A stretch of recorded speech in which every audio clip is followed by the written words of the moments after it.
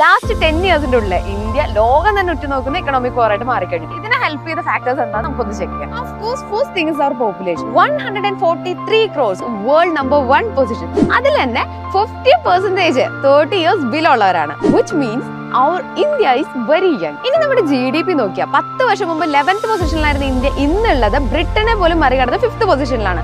അതും total worth of $3.5 trillion.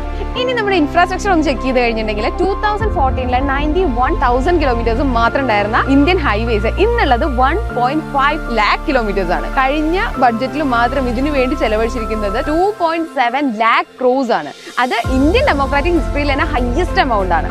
മാത്രമല്ല 28,000 crores മാത്രം ഉണ്ടായിരുന്ന ഇന്ത്യൻ റെയിൽവേയുടെ ആനുവൽ ബഡ്ജറ്റ് ഇന്നുള്ളത് 2,55,000 crores ആണ്.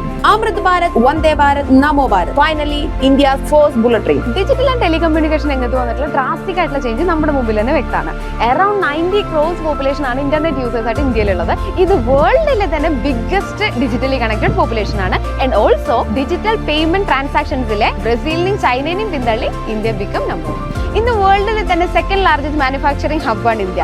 അതുകൊണ്ട് തന്നെ വേൾഡിലെ ടോപ്പസ്റ്റ് കമ്പനീസ് എല്ലാം അവരുടെ യൂണിറ്റ്സ് ഇന്ത്യയിൽ സ്റ്റാർട്ട് ചെയ്ത് കഴിഞ്ഞു. ഇതിനായി നമ്മുടെ എയർപോർട്ട്സും സീപോർട്ട്സും എല്ലാം ഒരുക്കി കഴിഞ്ഞു, നമ്മുടെ വലാർപ്പാടം ടെർമിനൽ ഉൾപ്പെടെ. So our India is changing. നിങ്ങൾക്ക് എക്സ്പീരിയൻസ് ചെയ്യാൻ കഴിഞ്ഞിട്ടുള്ള ഭാരതത്തിന്റെ ചേഞ്ചസ് ജസ്റ്റ് ഒന്ന് കമന്റ് ചെയ്യൂ. ഇതുപോലുള്ള വീഡിയോസിനായിട്ട് ഫോളോ ചെയ്യാൻ മറക്കണ്ട.